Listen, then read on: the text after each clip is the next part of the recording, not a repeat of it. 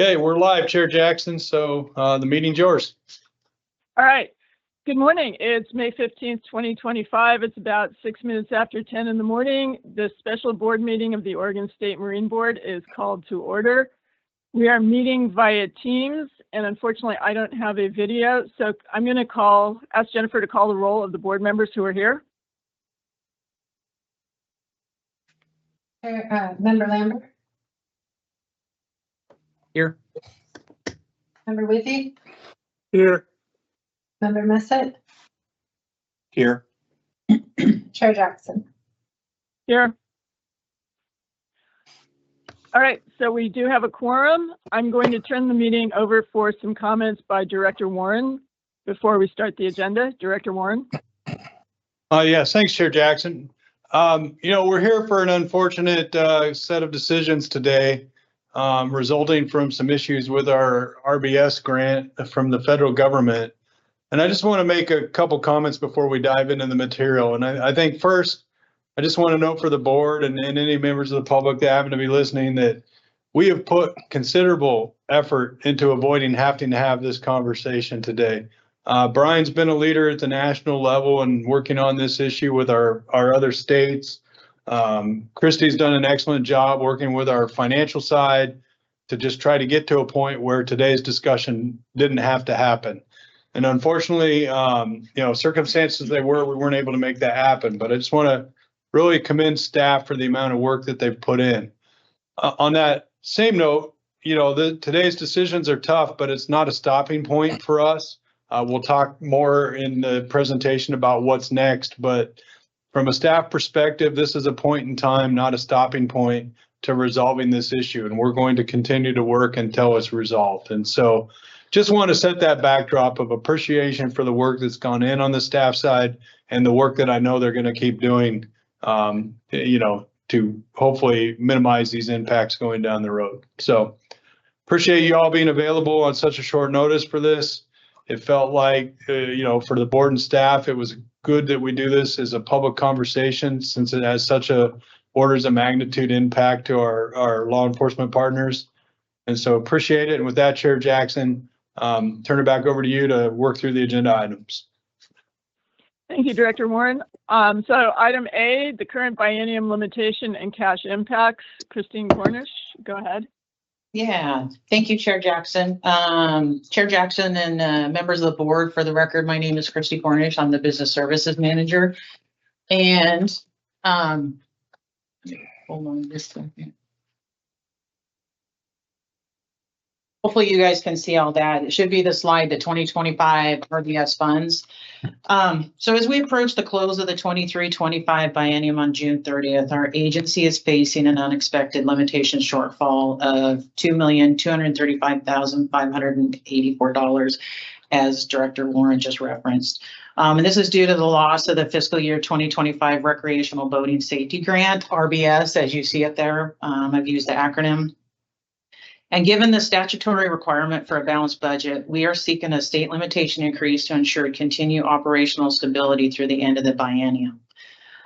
So we would need funding for that 2.2 million. So we end up basically what I call in the black for this biennium. We obviously are going to have to work closely and already are with the CFO's office, the governor's office, the legislative fiscal office, to secure legislative approval. We've already spoken to them that there may be the possibility that we would need to move in that direction.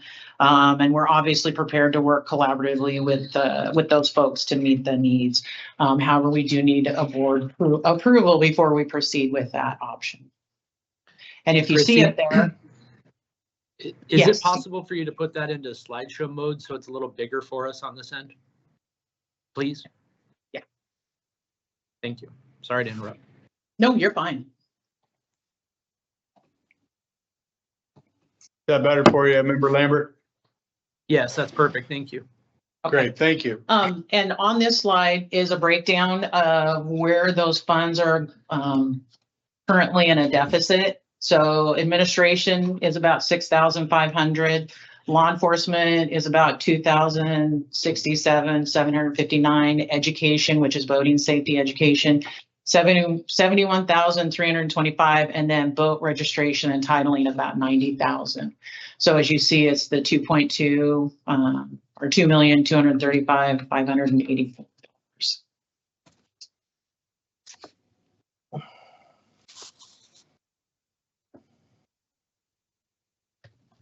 So Chair Jackson, and members of the board, this is an area where I think we would want a motion and a vote to be able to request that increased state limitation to cover the 2025 expenditures. If it helps, we could go through Christie's next couple of slides, or we could entertain your discussion on that right now, I guess. Are there any board members who have questions for Christine? Hearing none, does anybody want to start a discussion or make a motion?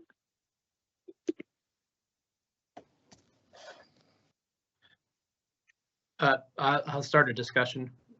So I do have a question, I guess, for Christy. So I want to make sure I fully understand this scenario. So we're talking 2025 RBS funds. This is beginning July 1st, 25-27 biennium, and is the 2.2 million that you're showing here per the biennium or per calendar year or fiscal year? So Member Lambert, this 2.2 is just for the 23-25 biennium. That doesn't account for the 25-27 biennium, and that's going to be something I'll go into the next slide of the potential of what we're looking at to resolve that loss of funding. But this is just for getting us into statutory balanced budget within the next month and a half. Yeah, okay, that's what I assumed it as. So we're increasing, as you put it, the state limitation to be able to use state funds to be able to cover this gap, is my understanding of that, rather than federal funds. Yes. Thank you. And just to again be clear, it's the gap from the funding that hasn't come from last fall and into this spring. Correct. The RBS grant is for the federal fiscal year that starts October 1st, 2024 and goes through September 30th, 2025. Okay, thank you. This is member Wiki. So Laura, to clarify, this is federal funds we haven't received, right? Correct. That's my understanding. It's federal funds that we should have received from October 1st through present day, which is money that is in our 23-25 biennium budget. Correct. Christy or So Gary? Oh, sorry, go ahead. Member with you. Is this our best guess at what the shortfall is going to be? This is our best guess. This is where we're at right now. Member Withy, we don't believe it would be higher than that. No. We believe that number to be accurate. But we don't foresee needing to come back for another meeting to request another limitation increase. Thank you. Question for you. So Yeah. this action, if we decide to take this action to request state limitation for the current biennium, would keep law enforcement agencies obviously whole for the services that it provided under the 23-25 biennium. That's first question. Second part to that question is, I want to make sure I understand if this grant agreement was already in place, which I'm assuming it was for 23-25 fiscal year, and we're not signing a new grant agreement. Well, we can get to that when we talk about the 25-27.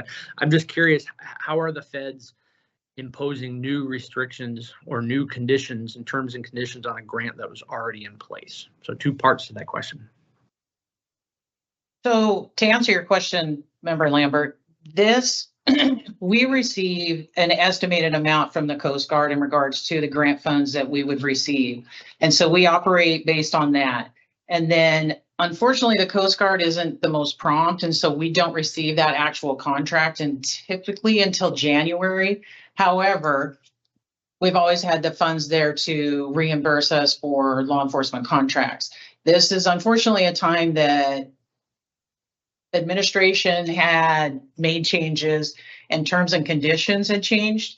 And so we were operating under a pause from the Coast Guard. And so we were hoping that we could reach an agreement to reinstate those funds, but we were operating under that assumption that we were receiving the amount that they had told us in the estimation.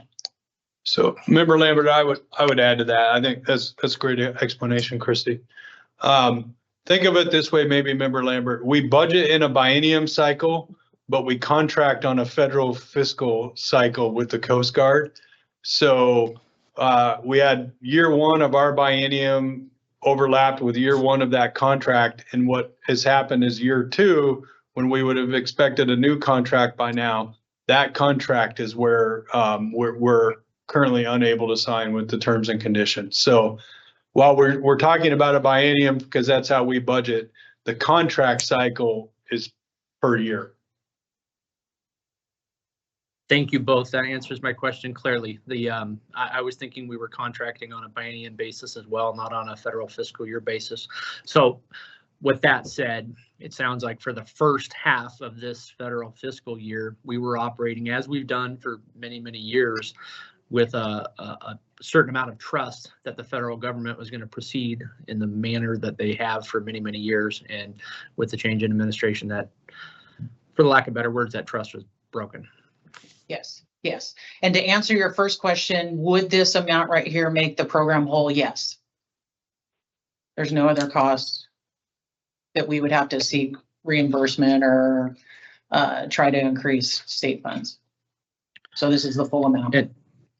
All right, and last question, I promise on this particular topic, this 2.2 million of state limitation would be coming out of cash, or 2.2 million, sorry, would be coming out of cash. Yes, and in fact, reserve. You are correct. And I was going to show you guys the cash reserves on, I think it's 2 slides from here. In fact, I could do it now if that would be of help. So why don't we go ahead and have you finish your presentation that relates to kind of the whole budgetary situation, and we'll come back to the 23-25 biennium increase request. Okay.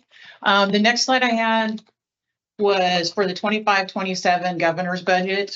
We had put in for the RBS budget, we were anticipating law enforcement would receive $4,490,192, and administration, which includes those titling fees, registration, voter education, $332,763 for a total of $4.8 million. And that's what we're looking at for the next biennium and how we anticipate dealing with that going forward. Any questions on that? And Brian, in a minute here, is going to get down into the breakdown of what that would look like proposed. Chrissy, this is Member Withy. Yeah. Now, this assumes that we're going to get the federal funding, or is this assume that the state funds the entire amount? Remember, Withy, this is what we had in the governor's budget that we are anticipating we will not receive from the Coast Guard in regards to the recreational boating safety grant. Thank you. Yeah. Any other questions on this slide? Chrissy, yeah. Just one question. Since we did have a comment from a member of the public urging the board to cover all of these shortfalls, both in the current biennium and next biennium, via cash reserves, I think it's important to clarify, and correct me if I'm wrong, that with the 2.2 million in the current biennium and the 4.8 million in the 25-27, what essentially would be asked of us is to spend down nearly $7 million of fund balance or cash reserves to cover this year and the next 2 years. Is that correct? Yes, that would be correct. So if you look at the slide that I have up right now, this is for the 25-27 operating account. I think sometimes folks get confused when they see our board book and you'll see the ending balance, realizing that a portion of that ending balance we cannot touch because it's dedicated funds. So this is just operating account that you'll see here, and you'll see with the RBS grant reimbursement and no RBS grant reimbursement, because we are looking at a potential deficit in the 25-27 biennium. If we did get reimbursed for the RBS grant, we would be looking at an ending balance in June of 2027 of just under 10 million.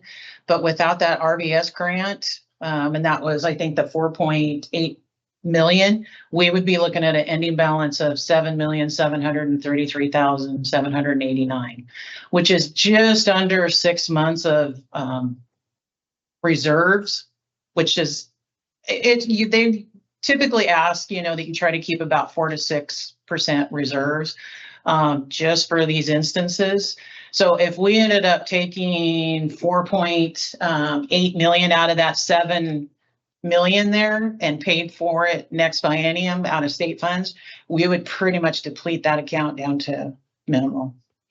And I think, Christy, that's a highlight. I know 7 million is a lot of money, but in our operating budget, that's about 5.5 months of operating, which is kind of right around where you like to maintain.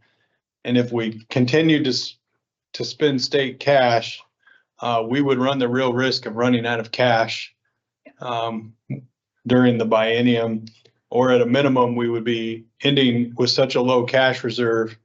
It could be very problematic. I know when I first started with the agency, we had such a low cash balance, we were actually holding rent payments some months to make payroll. And that's just not where a state agency should be operating financially. Yeah. I fully agree. And I think it's important for any members of the public that are listening to be able to hear that. While using reserves for times like this may or may not be an option, I just flat kind of concerned with it as a viable option in this scenario for the exact reasons both of you just said. You got to have cash in the bank to meet cash flow needs, and you want to be able to have that reserve for these uncertain times. And man, do we find ourselves in uncertain times right now. It's prudent to keep ample reserves in place. I agree, member with you. Thank you.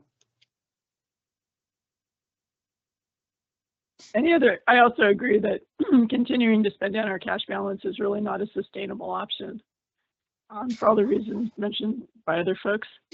Any other questions or comments?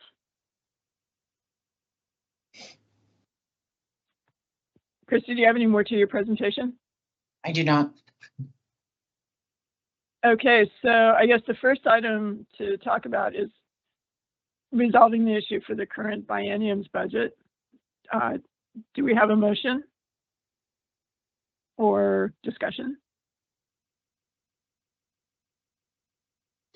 I'd be happy to make a motion if we can go back a couple slides to the exact amount that we need to increase the state limitation, so I know what to reference particularly.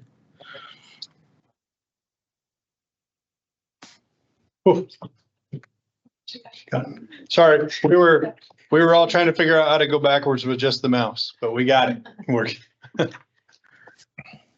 I would make a motion to increase the state limitation.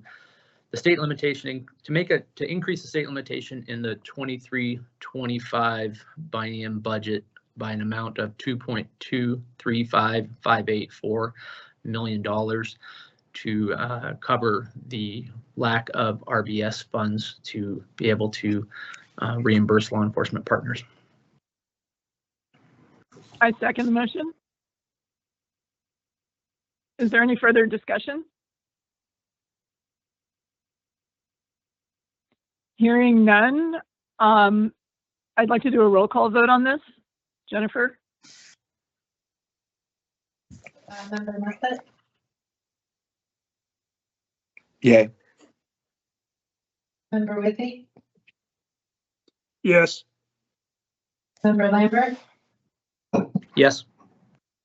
And Chair Jackson? Yes. So the motion to have the agency staff pursue the request to the state limitation in the amount of $2.235584 has been approved.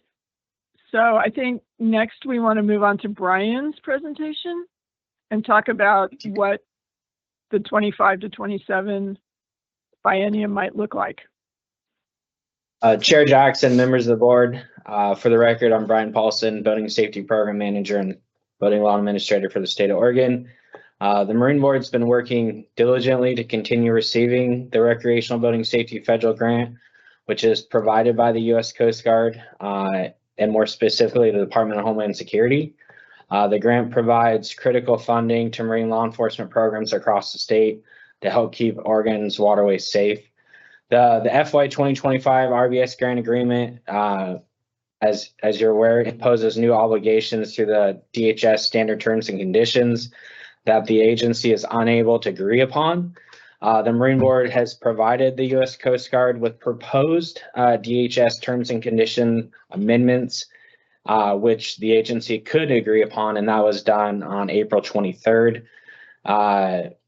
And I did provide timelines here. I think it's important to realize the work we do with our marine law enforcement partners over the last few months in tandem to what we were working with the U.S. Coast Guard to get our grant funding back. You can kind of see the high level, formal things that were taking place between the two.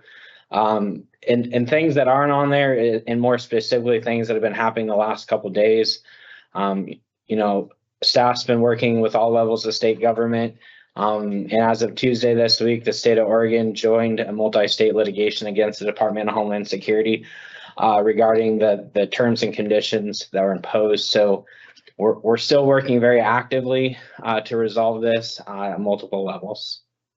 And I would take any questions on the timeline before I move to the fund and proposed contract reductions. Are there any questions for Brian? Hearing none, Brian, go ahead. Thank you. Though the Marine Board, is still actively pursuing a resolution to receive the grant funding, the federal fund portion of the marine law enforcement programs must be reduced for the 2025-2027 contracts. Instead of cutting the smallest programs, which have been the 21 smallest programs, budgets entirely, or portions of the largest programs who receive the bulk of the federal funding, the Marine Board is proposing to reduce all 32 marine law enforcement programs. That's 31 sheriff offices and Oregon State Police. Though these funding cuts have measurable impacts on all programs statewide, our priority is preserving programs with available funding till the federal grant is resolved. Our hope is by not cutting programs, there is holistically marine law enforcement available statewide instead of just in certain counties. To mitigate the funding gap of federal fund reductions, funds that were also allocated for new marine law enforcement boats are proposed to be redistributed to funds available to program contracts. This would be resulting in no new law enforcement boat builds in the 2025-2027 biennium. Furthermore, the reversion reduction that was initially sent out with the allocation letters, that has been eliminated from the calculation, further adding additional funds available to the program contracts. The table you can see on this slide, the 2025-2027 allocation shows based on program. That was what was sent out in the preliminary allocation letter on December 31st, and then the formal allocation letter. Then you have the federal reduction piece. That's the federal fund reduction for each program individually, and how much money would be taken out of that contract proposed. And then the far right column, which is what you'd be voting on the 2025-2027 proposed contract, that's the amount the contract would be for the 2025-2027 biennium. If you look at the math, you can see we've by reducing new boat builds for the next biennium and then reinstating that reversion redux, we've been able to put more money into the contracts available by making those additional adjustments. Brian, this is Member Withy. Go ahead. Is this going to reduce staffing at the county levels? Member Withy, our law enforcement programs, depend on these funds for staffing. Each program is going to be impacted differently. It would be, likely that impacts could reduce staffing levels, but each program is going to be impacted differently. And I would note, Member Withy, and actually for all the members, we have a meeting scheduled at 11:30 this morning with our law enforcement partners to talk about whatever decisions the board makes today. And also open up that conversation about, we're here to help them think about how they can weather these reductions as best as possible. Thank you. Question for you. Go ahead. Sorry, this is hard to do on Zoom. I apologize if I'm interrupting. I don't even know how to raise my hand on this one, so sorry for the impoliteness. The 3.779 million under federal reduction. So my understanding is that's after the $700,000 in new boat purchases has been removed from that amount. And then, so that's first part of the question. And the second part is, can you explain a little bit more the second bulleted item on this slide? I don't know if I fully understand what reinstated reversion redux funds from the 8 county programs means. Yeah, Member Lambert, thank you for the question. The reversion redux impacted 8 county programs for the proposed 2025-2027 allocation that was sent out December 31st. In short, we have a fair amount of marine law enforcement programs that aren't spending their money. So that can vary anywhere from $25,000 to $100,000 per biennium. That money, when it's not spent, and it's contractual, we can't allocate that to other resources. So we had done a calculation in a matrix very precisely, looking at 5-year and 3-year reversion for those across all programs, and had worked with those programs to do a corrective action plan to increase their marine law enforcement activities in hopes of spending that money. And we had done that reversion redux calculation to take that money for as it was proposed in our LE budget for like safety projects and other ways to keep the marine law enforcement training program whole going into the next biennium.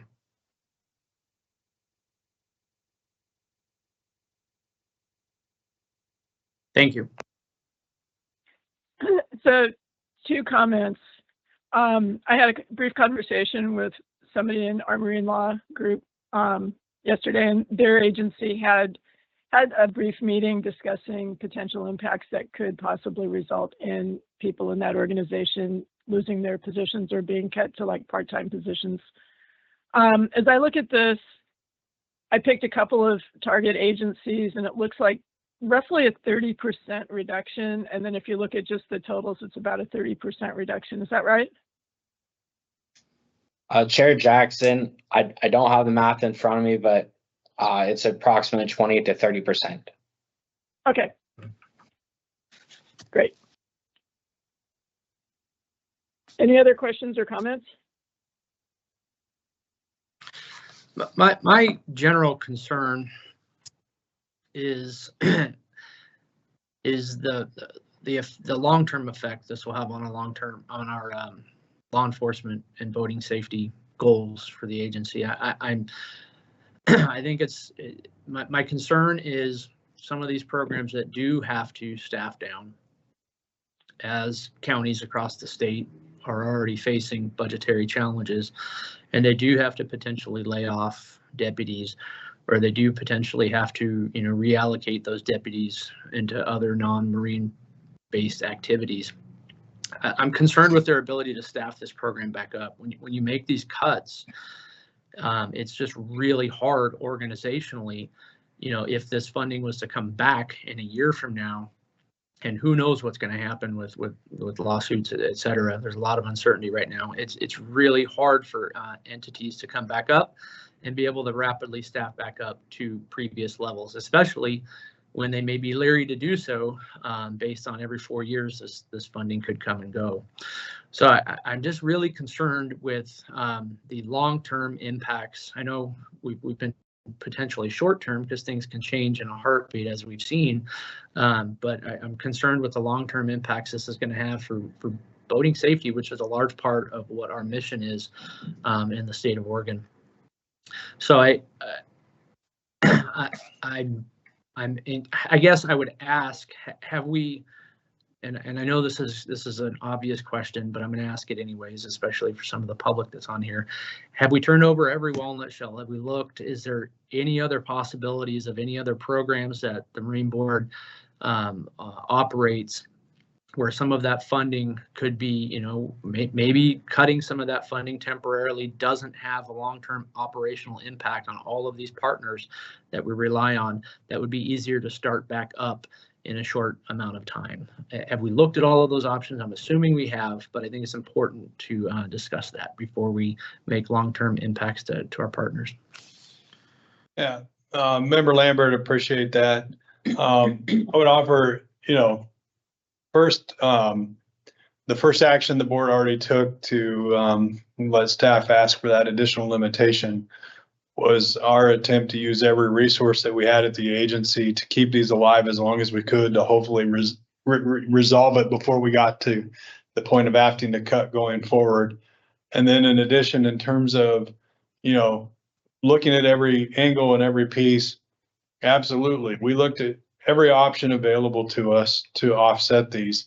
In the case of this budget, the recreational boating safety grant is so targeted in what it funds and what it supports that unfortunately it limits the ability to take cuts other ways, because again, those funds are so dedicated, which normally works out well for you because it helps keep those law enforcement safety funds kind of isolated from other agency happenings. In this case, it also works not in its favor, and that's where the cuts have to come from because that funding is so targeted. So I appreciate Member Lambert. We had a lot of discussions about that, and Brian briefly mentioned, roughly looking at,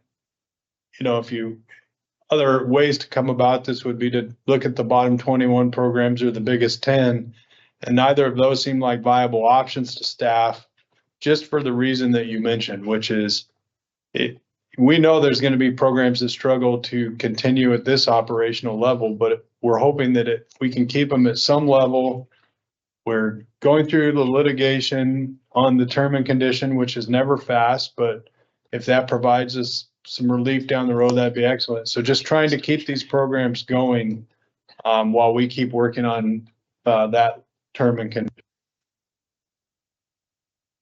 Kind of wandered around there a little bit, but hopefully, Member Lambert, I gave you assurances. No, I appreciate that. I think just from an equity standpoint as well, you threw out an option that you guys had discussed of looking at the bottom, however many, et cetera. All these agencies already have their budgets put together, just like the board does, right, for next year. And I think trying to come up with something that's equitable across the board, like you've done, is the responsible way to move forward with that. I appreciate that. The last question for me is OSP. Can you explain to me a little bit, because I see OSP at the top up there, their role in this across the state and how they partner with the Marine Board, on top of how do they kind of layer over all the different county jurisdictions that are involved as well? Member Lambert, thank you for that question, and I'll do my best. Oregon State Police, we contract them for marine law enforcement services. We also contract with them for outfitter guide enforcement, 2 separate contracts. The marine law enforcement piece is generally 6 FTE that we fund, which gives us marine law enforcement services across the entire state through their fish and wildlife troopers. So they attend our same trainings. They're going through the same, marine patrol strategies that our marine deputies do. Is this, again, just working for a local government? I think it's important for local governments that may be on the call to know how the state agencies may be impacted by this in addition to them. Do you have a sense for how OSP may be impacted by this decision? Have you heard feedback from the agency on that? I would defer to OSP on some of that, Member Lambert. However, I know in the current biennium we're in, we were only able to provide funding for 5 FTE, even though generally we would provide funding for 6 FTE. Obviously, their costs have gone up. They held that position vacant, from conversations with them. And we've communicated with them the last few months on the potential for, not being able to fund the 5 FTE. I appreciate that, Brian. I just think it's important for folks to know that this decision, should the board take action on it, again, going back to an equitable impact, affects our state partner, as it does all the local jurisdictions as well. And to that point, Member Lambert, I would also note, while we focus on the law enforcement partnership, because that's the part that we're, really difficult for us to work through. We internally will also be taking a $330,000 reduction to our administration that will start out the biennium with a $300,000 hole in the operational budget. Now, of course, it's always better to know that on day one than day, 743. But we will internally have to be, doing some things, maybe holding some vacancies a little longer and reducing some of the things that we would have otherwise done. So we're not, we are also taking a reduction. We've just, in our conversations, always been highlighting that law enforcement partner, because that's the real impact. But we will also be starting our biennium budget in a hole.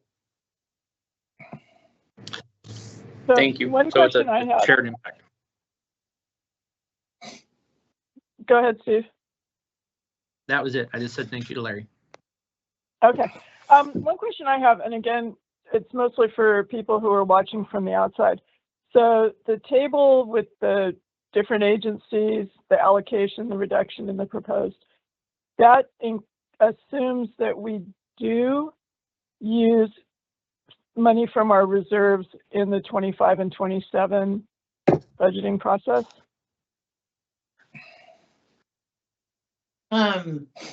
Chair Jackson, no, we would not be funding any state funds to cover the federal side law enforcement in the 25-27 biennium budget. Okay.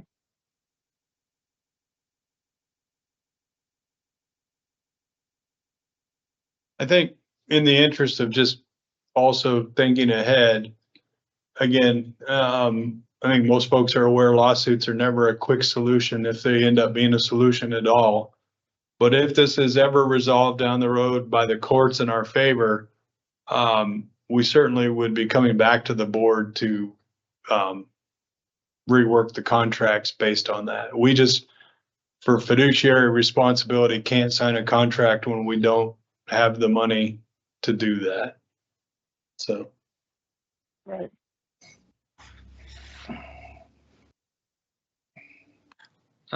One last comment. Brian, you're awesome. You're excellent at your job. I just think that as we move forward with these cuts, it's going to require a ton of communication from you and the other folks in the agency with our partners, of just continued conversations of what can we do to continue to streamline the law enforcement program? What can we continue to do to take the burden off of our partners out there, because they're doing really important work and they're saving lives, frankly, and that's kind of our mission, right? So just applaud you for the work that you've done into trying to come up with a decision that shares the burden, but want to just encourage folks to continue to have those conversations and looking at our law enforcement program over the next year or two, should this take that long, to just continue to seek efficiencies as much as possible. Thank you, Member Lambert. In my mind, one thing that is actually encouraging is that there is now basically a group lawsuit by 20 states dealing with, hundreds of millions of dollars of grant funding on the same issue. So it may speed things up a little bit. That are, what's a really large amount to us, but it's relatively small drop in the bucket when you look nationwide, might get speeded up because we've got 20 states now suing. So are we being asked to make a motion to essentially approve this table, or where do we go from here? Yeah, Chair Jackson, Brian? I think the motion we would be looking for would be to approve, for the board to approve the 25-27 proposed allocations. And I don't think we need you to read each of those lines. I think if a motion sounded like that, it would cover what we need to make sure it's clear what the board's direction was. Okay. Is there any further discussion?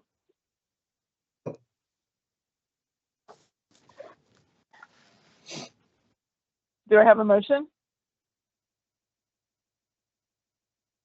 This member with you, I make a motion that we approve the proposed budget for 2025 to 2027 biennium. Do we have a second? I'll second it. Second. All right, we have a motion and a second. Jennifer, would you please call the roll? Member Methvin, Yes. member Whitty, Yes, member Lambert, Yes. Chair Jackson. Yes. So the motion passes, and with that, we've concluded our agenda. I want to thank everybody on the board who was able to get to have this meeting and have really thoughtful discussions about this. It is not easy. It's really hard for me, having been out last week and met so many of the law enforcement people and seeing the great work that they do and watching them build their skills over the week. To have to do this, it's a really tough decision. But thank you everybody for being here, and the meeting is adjourned. Thank you.